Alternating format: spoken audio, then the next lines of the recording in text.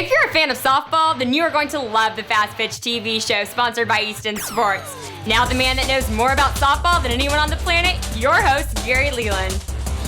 Hello and welcome to the Fastpitch TV show. If you're watching this episode on YouTube, MySpace, Facebook, or another video sharing site, please check out our website, www.fastpitch.tv. It's the place to find all of our past episodes, as well as you can keep up with future episodes from the site. I'd also like to take this opportunity to thank our sponsor, Easton Sports. The truth is, there is a difference. The difference is Easton.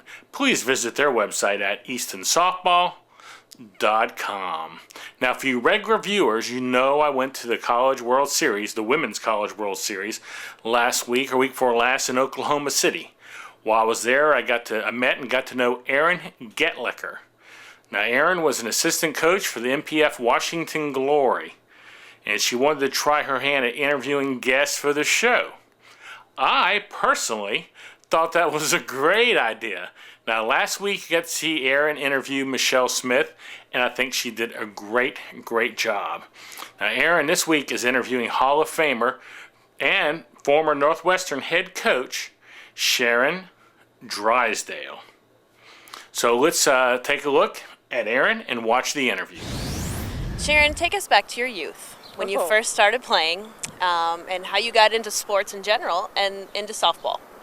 Well, it seems like a long time ago now, but there really weren't any collegiate opportunities at all. No high school opportunities except playing within your school. When I went to college, we had play days, which was the first level, and that's when you went to a site with a number of other schools, and then you just mixed up and you played some games together. And then we had some sports days, and those were when you could form a team, but you could only have up to 3 practices, no more, and then you could play a couple of games. And then my last year, we started to have some honor teams. And you wore shorts and a shirt, and you were able to play a schedule, but you had to play around the men's games, so our practices were 10 to 12 at night. So for us at that time, because we had to sign in and sign out, which I'm sure kids couldn't relate to today, and say where you were going after 7:30, we had to have permission to stay out until midnight to practice. And of course, if we had things going on, it stopped because of the men's games. So the basic way to learn to play softball was through ASA and AAU. And at that time, if you chose to play ASA or AAU, you couldn't play anything in college. In fact, one of my teammates was caught having played an AAU game, and so she was removed from the basketball team. It was women's major, and there were lots of teams, because it was the only game in town. And many of them, the Brakettes, Evelyn Flores, the Arizona team, there were very well-known teams that traveled all over the country. Marge Ricker would get people together with her Florida Rebels in her Winnebago and travel, and we would draw big crowds for just a Saturday doubleheader. And so there was the fan interest, and also there were almost minor league teams. I know Carol Hutchins from Michigan, everybody was involved in coaching. The old guard, the people that were my age, all came through women's major ASA, and they had the Laurels, and then they had the baby lassies, and so you tried to develop talent the best way you could, but it was all open. So when you went to tournaments, we would go to a state tournament, and there'd be 15, 20 teams, and we'd go to regionals, and there'd be another 12 or 16. Even the College World Series was open, and it was by state representation, and there'd be 38 teams at the College World Series playing a double elimination tournament. So the way you played and how you got there and everything was so much different. I remember when I first started at Northwestern, we had a game, and we traveled in wagons, and we ate bologna sandwiches off the back tail end. We slept in the wrestling room on the mats for the games, and of course everybody was paying their own way for the most part, and we got probably $2,500 for coaching, and yet that was big time, and everybody just loved it because the kids had coaching, and we got to play regular games with umpires and wear uniforms, and I think everybody was just so much more appreciative of what they had, and they didn't take anything for granted, and so it was a fantastic time to play as well as coach. I wouldn't have traded it for anything, although you couldn't make a living doing it, either as a player or as a coach. Right. Now, when you went to college. You're most known right now as a coach in our sport. You went to get your teaching degree and be an educator. I remember when I coached with you at the Riptide in 2006, you used to tell us stories about when you first entered your career in the late 60s. Many different interesting stories and in a different kind of era. Tell us a little bit about that. Well, that was the time when there were a lot of assassinations. John F. Kennedy and his brother and Martin Luther King. And my first teaching job was at an all-black inner-city school in Dayton, Ohio, about 2,000 kids. And it was right when Martin Luther King was assassinated. And it had been a segregated school, and so we had a black staircase and a white one, a black swimming pool and a white one, a black gym and a white one. And yet it was integrated. It was integrated at that time. It just was in a community that was all black, and we didn't have a lot of opportunities for people to play. But it was a strange time because it was a stressful time. Nothing really was very secure.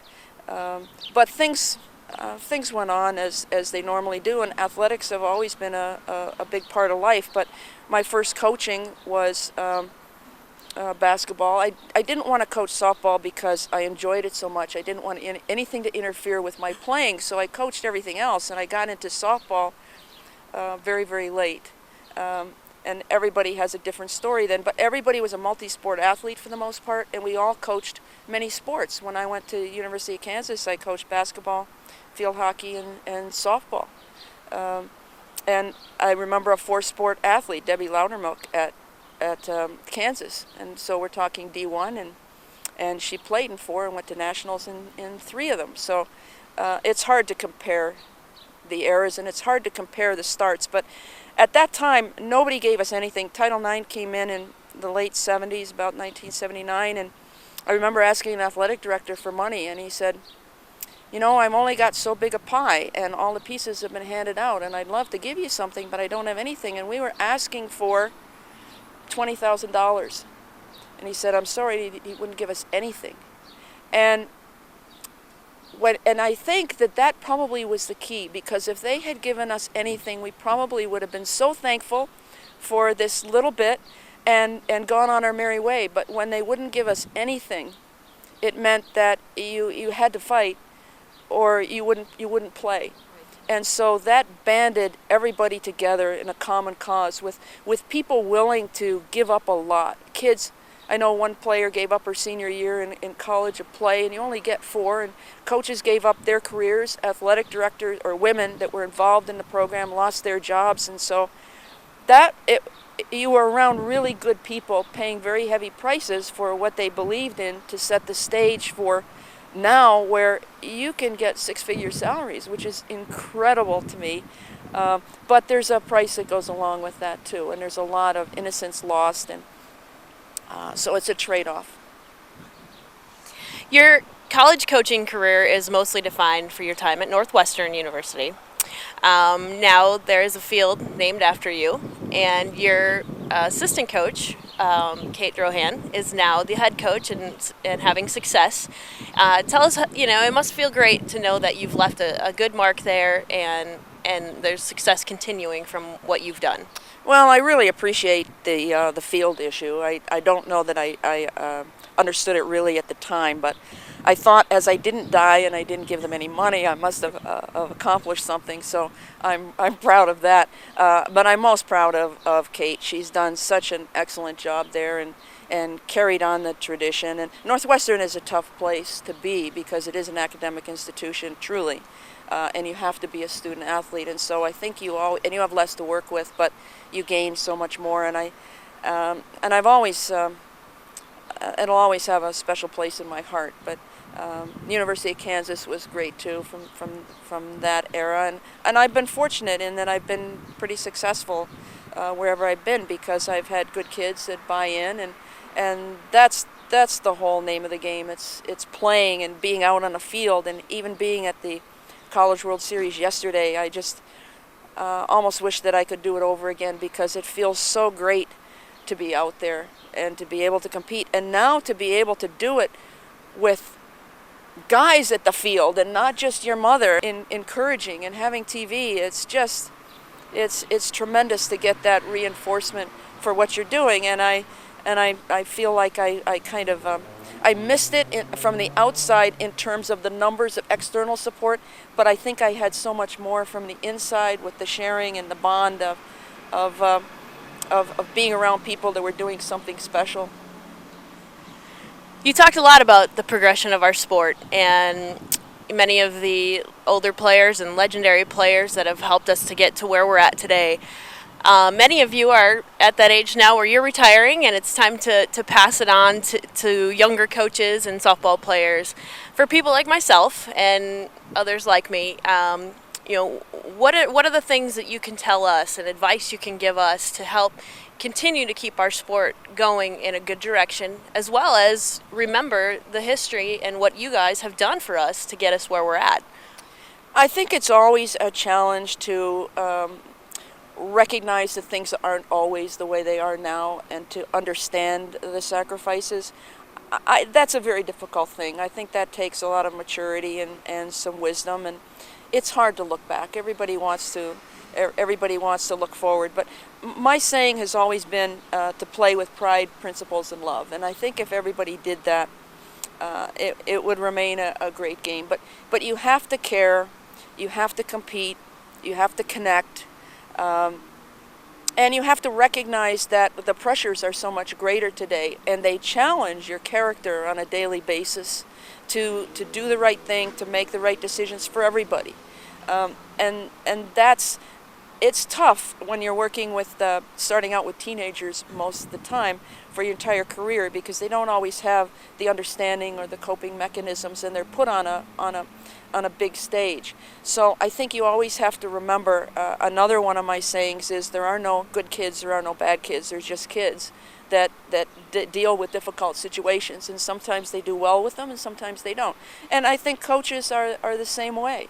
But it's a tough sport. It's a tough way to make a living, but yet it's an exceptional and an unusual way to make a living, and it can be a whole lot of fun. But everybody's trying to win, and I think it was Kate told me, her dad passed on to her, that on any given day 50% of the teams in the world that play a game are going to lose. And others like that. You see a little baseball, you see a little softball, you see some women playing lacrosse, and then you see some guys diving, and I think it shows that sports isn't gender related. It's all about doing the best you can, and any competition that's even or fairly even is fun. So I think it's going to continue to grow. I don't know what it's going to be like when a hamburger costs $50, but I can't get over spending $1.99 or even $2.50 for a Coke these days. So I think costs are going to escalate, and that will challenge. But I think there will always be kids playing. There'll always be athletics, and there are always willing, it seems to be be boosters and sponsors that are willing to support this, and crowds that want to come. So I think it's going to get bigger and bigger and bigger, and on par with what the guys are doing. I hope that the professional league can survive, and certainly need to say something about the Olympics, because that was a big boost to softball and an aspiration for many kids. So I hope we can get back into the Olympics. We still have an international program, which is good, but we need a way for girls to be able to play when they get to college and once they get out of college. And the women's major program has been replaced to a large extent by the Olympic program and by the age group, and we need an age group for the kids that have graduated from college, because it's still a fun game, and many of them don't reach their prime until they're 25, 28 years of age, and now they really don't have as many opportunities. And the Pro League is fantastic. The kids love the game. They're not playing for a lot of money, but they play with a lot of pride and a lot of heart, and my experience in the Pro League was everything that I thought it would be. Different challenges, because they're just getting started, but I hope that everybody out there will get on the internet and find out when the Akron Racers are playing and the Philadelphia Force, and we'll get out there and see these games, because they get to go on the field and meet the players and sign autographs, and it's just and they have a lot of fun, and they play at an extremely high level, and we need pro sports for women, but it needs support. Everybody has to go, and they have to ask for it on television, and that's how things get going. Somebody has to take the lead and fight. The fight's not going to end. Absolutely. Well, this might be a difficult question for you to narrow down to one answer. You've shared a lot of passion about our sport, but if you had to sum it up in one word or one statement, what is it that you love the most about this great game? That is tough because I'm not a one-word answer person, as you know. In fact, I used to tell my assistant and the kids, if they wanted a short answer, go to my assistant. If they wanted a long one, come to me. What do I love about the game? I think I love the competition.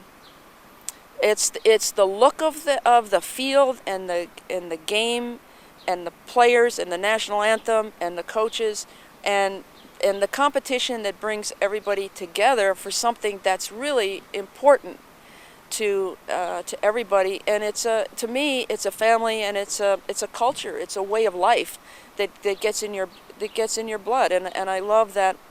I love the whole thing about it, the sights and the smells and the taste and the people you rub shoulders with and the people that you compete with, and then you hug afterwards and have a good time with. And it's a hard void and a hard adrenaline rush to replace. I can try leaving late to get to the grocery store at 10 when I thought I might be there at 9:30, but it's not the same high, and it's hard to recreate, and it leaves a void when you're not there. But as soon as you get back into the park, it brings all of that back, and that closeness and that family, and you look at people and they have the same experience as you do, and it's hard to describe. So, well, it's inspirational. That's one word.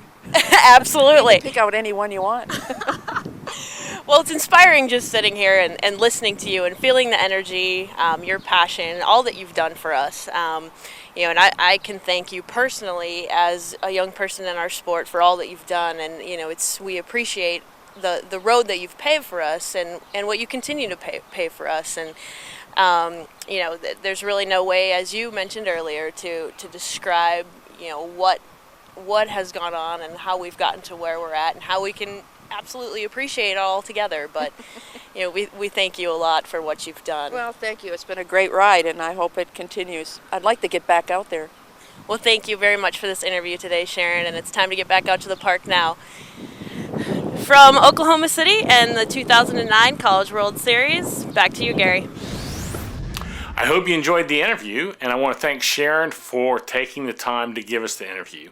And also a big thanks to Erin for helping out. I personally think she did a great job. Erin, thanks a lot. Now check out our website, www.fastpitch.tv. Visit our fan page on Facebook and become a fan of the show. If you want to add me as a friend on Facebook, just go to www.facebook.com/fastpitchsoftball. That's right. Our username on Facebook is fastpitchsoftball. Now it's time for me to say goodbye, and we'll end it with a word from our sponsor, Easton Sports. Thanks for watching. This bat's great pop, nice through the zone, feels good on the hands. The sweet spot is pretty nice. It's not as small as some other bats. Even if you don't hit it exactly on it, the ball still travels as far as it's supposed to.